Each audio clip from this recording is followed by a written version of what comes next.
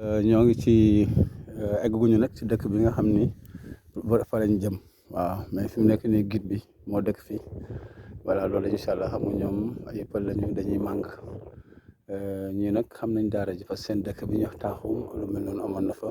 fa daara ji demee la yàlla dogal yu fi yaa taxaw loolu moo tax ñoom ñu màng fii problème boobu am ci dëkk bi ñu xamal leen ni ñun am nañ suñu benn ustaas dafay yëngatu ci loolu. voilà loolu mooy li nga xam ni moom mooy indi gis nga àll bi tàngoor bi nag macha allah tuwaat fa kàlla foo ko natt rek moom jege na ko quoi voilà gis ngeen ko nii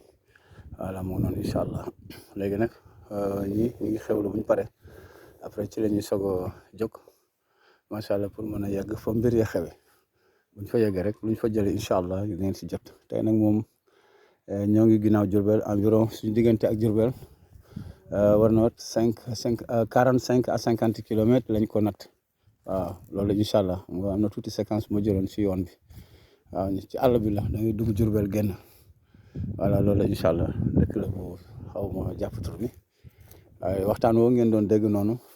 loolu moom ñu ko doon wax ci mbirum seytaane ñoom it liñ ci xam ci mag ñi ma nekkaloon ñoom aussi ñu ngi ci doon wax waaye ngeen déglu audio bi kon mu ngoog incha allah ba ñu départ egg ca bërëb waaw jërëjëf yëf yi tàng na mais nag torkala daamaar bi moom macha allah salaamaaleykum wa rahmatulah